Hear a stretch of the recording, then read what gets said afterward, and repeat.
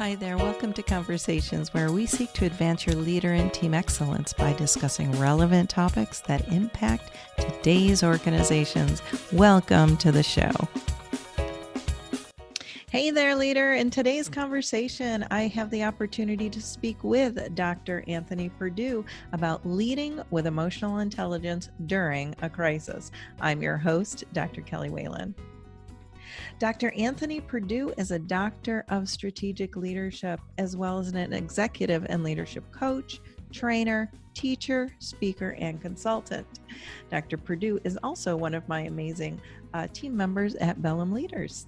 Dr. Perdue is a certified professional coach. He is certified as an emotional intelligence coach and a professor in organizational leadership. Dr. Perdue helps leaders clarify and execute their purpose for greater meaning, trust, and engagement. He helps develop leadership skills for enhanced personal and organizational effectiveness and increases emotional intelligence for improved self-awareness, relationships, teams, and culture.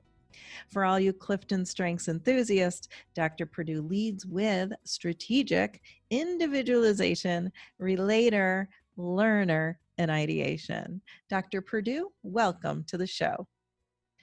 Dr. Perdue, how are you today? I am doing well, Dr. Whalen. How are you? I'm doing great. It's nice and sunny here in Florida today. I see you're rubbing it in off the bat. It's not nice and sunny here in Maryland. I'm sorry to hear that. Well, But your days are coming. That they are. Oh, well, thank you so much just for taking the time out of your busy day, to come on the show and talk about leadership and emotional intelligence. And, as we just move deeper into this COVID-19 crisis, leaders everywhere are just demonstrating their capacity to lead. And the funny thing is, or the interesting thing is, that the capacity may or may not be resembling what I call leadership excellence. So I would love, just to hear your thinking around leadership and its importance, especially during a crisis. Yeah, wow. So leadership, obviously, and we both know this, is extremely important during downtimes. So when things are just kind of status quo, having a vision, having goals, being able to inspire others towards that goal as a definition of leadership is extremely important. Where two things stand out to me, though, in a crisis. Number one is, as a leader, how do you show up? Who is your real self? And in a crisis, when things are flying at you, we tend to become ourselves. So our character comes through, right? So that's kind of number one. So if you haven't been kind of strengthening those character muscles, your ethics, your values and things of that nature aren't there, it really shows up in a crisis. And the second thing is, problem solving. Do you fight, flight, or freeze? Do you have that amygdala hijack? And that's where that emotional intelligence comes in. And do you really calmly solve problems? Because you got to still have that vision. What are things going to look like on the other side? But what things do we need to do? What problems do we need to solve right now to make it through to the other side? Yeah, so important, that authenticity, right off the bat. And I really think that organizations really need to be having their eyes open right now, because are your shining stars, the ones who you have, kind of tagged shining star as a leader, are they living up to that? Are they, handling that problem solving in a way that you're suggesting that leaders should be, handling problems during a crisis? And so I really think taking a look around, even if it's in the, the remote space, how are your leaders showing up, right? Yeah, that's huge. And it's interesting because you're taking me back to the days of studying about leadership, where we talk about trait theory and things of that nature. How are you perceived, and perhaps how you look? And so when the rubber meets the road, when in a crisis, it's not all about your necessarily your traits or your skills, but it really comes down to that authenticity and who you really are as a leader. And so one of the ways that people are finding that out is obviously in real time, but a way to prepare for this is really to assess leaders. There are assessments out there that we can administer, and there are different ways about going to ways to go about finding the true character of a leader. Yeah. Yeah. And so you're certified in emotional intelligence, which is amazing. So why don't you give our listeners an idea about first what emotional intelligence is? Sure, sure. So emotional intelligence is a set of emotional and social skills that really determine how we both understand ourselves and express ourselves, as well as how we relate to others, our ability to develop and maintain relationships. It's also our ability to remain calm under Mm, stressful situations. And then lastly, it's our decision making. It's how do we take all this emotional information and really synthesize it to become more effective and to really help with successful outcomes.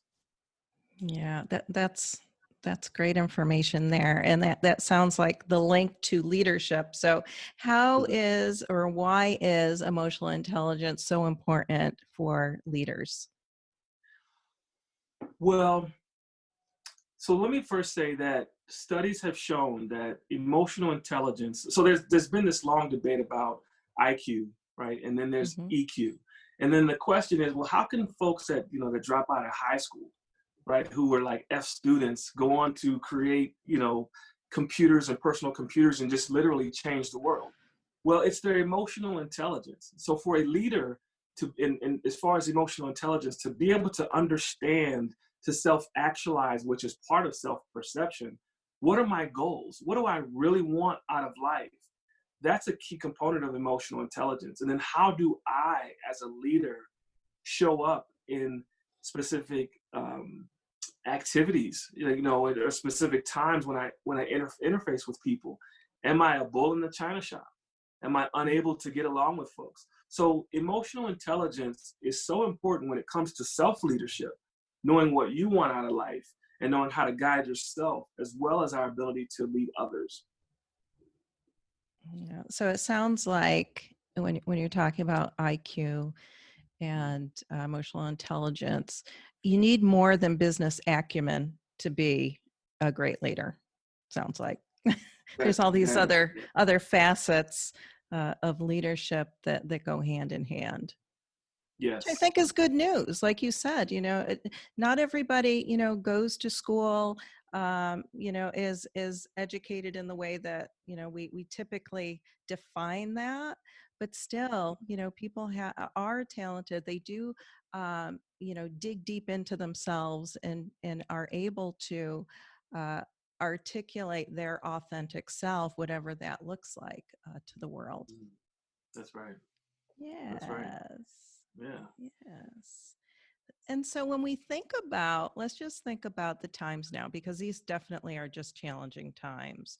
So, what part, and you kind of alluded to this a little bit earlier, what part does emotional intelligence play in leading during times like these? Wow. I think the main thing is self-awareness. So during times like these, there's this term called, well, I'll use two terms. One is FUDS, fear, uncertainties, and doubts. So Mm, all this stuff is coming at us. That's very scary. Most of us, no matter what age we are, have not gone through a global pandemic where we have to stay in the house, where our very lives are in danger, and where we are challenged to put food on the table and have to work from home if we're fortunate, right? So yes. emotional intelligence, our ability to be self-aware of our own emotions. So if you're a leader and you're on a conference call, and let's say you're thinking about it, the TV's on, right? And they're showing the mounting infections and deaths, and all of a sudden you become fearful. How does that translate into your leadership? So one of the first things about emotional intelligence, which is in fact foundational, is self-awareness, Yeah. emotional self-awareness. How do I feel right now and how does that translate into the way that I'm expressing myself to those that I lead, whether it be family, or in a work environment. So that would be number one, self-awareness. I could talk about this all day long, so I'll try to prioritize one other one. I think really it's around stress management. So in the leaders that I've coached more recently, they may feel and appear on the outside that things are well, but once you kind of unfold or peel back the onion a bit, the level of stress is pretty high because of the change, that leaders have had to undergo, where kids are running in and out of rooms, and there's little delineation between your work day and your kind of personal or family day. You couldn't go to the gym like you used to every morning at 6 in order to blow off some steam, or when you got off of work. So things have changed, and stress tolerance has become a challenge, and that's a facet of emotional intelligence that we deal with it as well. Yeah, the total dynamic that you're painting, that picture there of being home, and if you do have children in the home, and what does that look like? How are you still leading your organization, your team, yourself, with all these extra things that are going on in our homes? And you're right, where is that line between our work and our personal life when we're in a crisis like this, and then what are we doing about that? So Yeah, that's some good yeah, stuff there. Yes. Yeah, it is challenging. It is yeah, challenging. And how we show up. And like you yeah. said in the beginning, we're going to show up with who we are during a crisis, our real self. That's right. That's right. And so are we proud of that real self as we're going through these challenges? That's right. And I commented earlier about my real self today. I feel like having a Duke sweatshirt on, go Duke, Go because I missed Duke. the Final Four, which, in the national championship. So yeah, so being able to balance that, being able to be your authentic self, but still show up as a leader in the things that we have to do is definitely a challenge. Yeah. Yeah. And I think leaders need to, give themselves permission to show up as their best self. And Mm. even though we are in a crisis, even though we are experiencing, the uncertainty, what did you say? Fear, uncertainty, and doubts, FUDS. Hmm. There's a lot of fudding going on, FUDS going on. A lot of flooding. That's right. And so really giving yourself permission to look at who you're showing up as, and then is that the person that you want to be, I guess, displaying to the world? Because whether it's to your family or to your team, to your organization, we're still showing up, and really how are we communicating that? And I imagine emotional intelligence is also has to do with body language. With that, does that also kind of feed into understanding others? Absolutely. So body language, and I'm sure you're well aware of this, is they've said, I think, upwards of 80% of how we communicate, right? So sometimes you could, it's they say it's written all over your face, right? Think of it, Mm-hmm. of emoticons, emojis, right? Where you don't have to really say anything, even as a leader, but people will know, and especially if someone in your household will know exactly what you're feeling and thinking. As a leader, it's important to understand this for ourselves. So when certain emotions are triggered, whether it be anger, whether it be fear, worry, etc., anxiety, is our bodies a lot of times tell us what's going on. Whether it be our heart rate is heart's pounding, it's going a little faster, whether we start to sweat, or whether our neck or shoulders get tight. So our bodies will really tell us where we are, and a lot of times a good leader will pay attention to that and understand the trigger of that, and then be able to look backwards to mitigate or get to the root cause of why they feel that way, and how to improve upon that feeling, to mitigate those FUDs, right? To not Mm-hmm. make FUDs your leader, in fact, but that you lead, that you have, um, you confront and have confidence over that which you may be challenged with. Yeah. And that's such a great demonstration of leading by example. Hmm. Right. How do we want to lead our people? What do they want? Who as a leader are you showing up to be? And then what are you displaying to your people? Because Yeah, we want our people to be safe and secure. We don't want them to have that fear, to have that uncertainty, yeah. or doubt. And so if we're showing up as a leader, and yes, sometimes we need to do things afraid, but I think the brain understand whatever the brain is told to do, we are going to exhibit. Mm, yeah. And it's funny, you mentioned earlier our best selves, and there was this term in the good old Greek days called arete. And arete was, how did the question was, how do I live my best life, become my best self? And arete was the highest expression of your best self through your virtues and values. In other words, your Mm, character, right? So as you aspire to be your best self in an environment of crisis, showing up with authenticity, oftentimes it's just putting our values and character on the front stage so that we align with what those things are on the backstage, so that we're a real person no matter where we are, where we show up. right. And sometimes that can be challenging, especially in work environments where the culture, there's this big vulnerability movement with Brene Brown, and being vulnerable, and it's a good thing. But some work cultures are challenged with being vulnerable. So Mm-hmm. how do you align your values, your best self, with your emotions to be vulnerable? Also, given that work culture can be a challenge for leaders as well. Yeah. Yeah.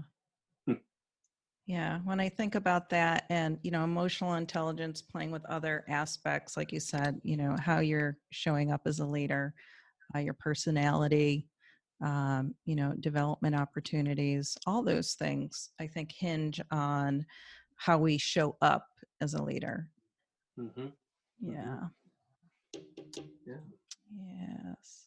So, what might be some practical tips for leaders around emotional intelligence? Say they're just tuning in for, the first time. Maybe they've heard about emotional intelligence, maybe they haven't. What would Hmm. you like to say? What do you want to speak to around emotional intelligence for leaders? Yeah. So the first thing I would say is, number one, just get educated, and if you're not very familiar with emotional intelligence, just spend some time getting educated around it. Daniel Goleman wrote a great book around emotional intelligence. There's several books on emotional intelligence. That Emotional Intelligence 2.0 is another one that was written, and those are um, books that are consumable, I would say, in a business context. Um, the other thing I would say is really to understand your own strengths of emotions, or your own level of emotional intelligence. And the best, or one of the best that I've seen, and the tool I'm certified in, is the Multi Health Systems EQI, or emotional quotient, um, 2.0. Again, that 2.0 thing is, I guess we're in 2020, 2.0 assessment.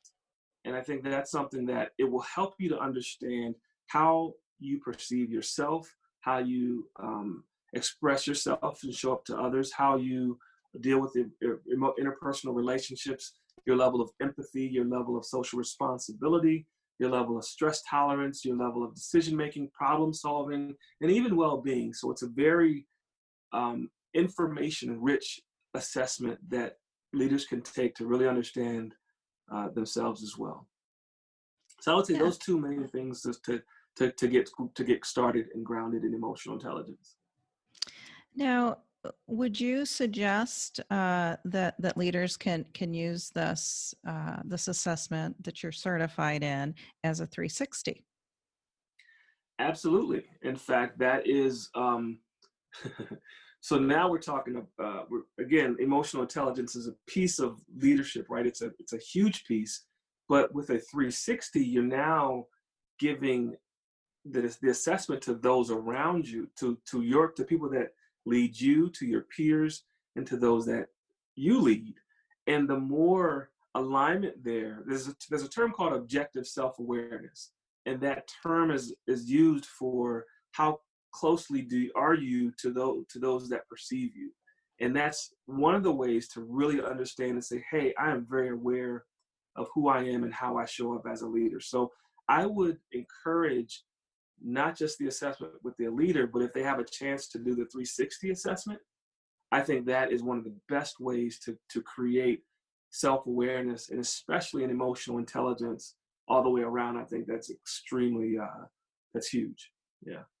Yeah. And the interesting thing, I remember the first time that I approached a leader about taking a 360, Mhm. and and right off the bat, he's like, "Oh no, that's good. That's good for them, his people, Mm, yeah. but not good for me." And so, through coaching, I really needed to, uh, help that leader understand that a 360 should not be feared.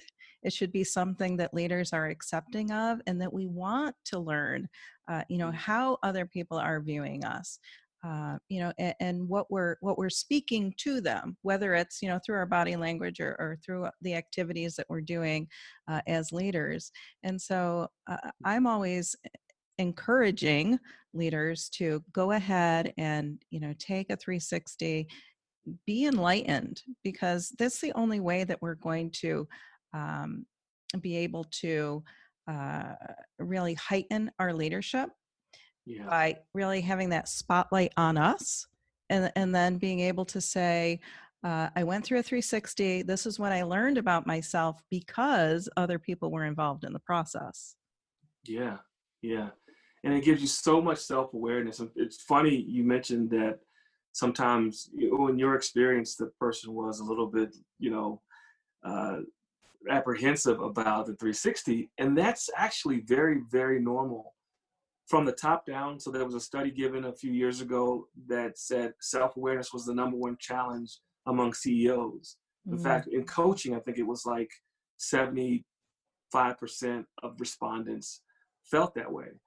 The second, even in my coaching now, with director levels and some C level, that's still always the challenge, because the first thing they want to do in terms of leadership is focus on their team, other folks, right? It's rarely themselves. And so a smart leader, a leader that understands that self-leadership is the foundation of being able to lead others, to lead teams, to lead the business function, and even strategic leadership at the C level. Um, those are the leaders that really understand and really get Yeah, so important to get it. it. To get it. Yes, and that leader that I was talking about, afterwards, he kind of saw the light. He was encouraged by the comments, and exactly, uh, you know, what was established through that 360, and he was Mm, able to really provide himself with development opportunity through that 360 to advance his leadership. that's wonderful. That's wonderful. Yes, Yeah. yes, yeah. It's interesting. There's in the Toyota model. So if you think about Lean Six Sigma and some of the things that they've done around operational excellence and continuous improvement, they believe in this sense that a leader is never accomplished. There's always more to learn. That the ability to self-reflect and to grow is the first duty of a leader, no matter how high they attain or what position or status they attain. So that's something I think is definitely applicable when it comes to emotional intelligence, when it comes to leadership overall in our country. I think that we as leaders, the leaders that take that same thought process of self-development along the way, in a crisis or not, is always welcome. Yes. So true. So true. Well, Dr. Perdue, I want to just, thank you for the time that we had with you and, just sharing your expertise around leadership and emotional intelligence. And I'd love to be able to connect people with you. And, yes, you're on the Bellum Leaders website, but I know that you have your own as well. So I'd love for you to tell our audience how they can connect with you and learn about more about what you're doing. Sure, sure. Well, if they want to start with Bellum Leaders, that's fine with me. But I'm actually at, you can catch me on the web, the internet, at www.anthonyperdue.com, and that's Perdue with an E, Perdue. And also, you can email if you want to take an assessment, or just Anthony at compasslg.com. That's COMPASSLG.com. And then also on social media. I'm on LinkedIn, Dr. Anthony Perdue, as well as Twitter, as well as Instagram. Right. So you can catch him everywhere. That's Catch awesome. me if you can. That's right. And there is a free download, correct? On your, is it anthonyperdue.com there? The 7 Yes, keys. yes. How to lead like a lion, the 7 keys to the kingdom. So if you go on the website, just put in your email address. I promise I won't spam you. And you can download the ebook. It's a foundational book for leaders to really, a lot of stuff we talked about today, but to really kind of look inward and look at that self-leadership development, or self-development, as we've talked about. Yes. All right. Well, you heard it here, folks. All right. Well, thank you again, Dr. Perdue. Stay safe, you and your family. And I hope to have you on the show again, and we can expand this conversation around leadership and emotional intelligence and coaching. Yeah, absolutely. I think from this conversation, there's a lot we can talk about. But I appreciate you having me on, and be blessed. Okay, you too. I'll see you soon. Thank you. Bye-bye. Until next time, this is Dr. Kelly Whalen. Keep doing great things, because our world needs leaders like you.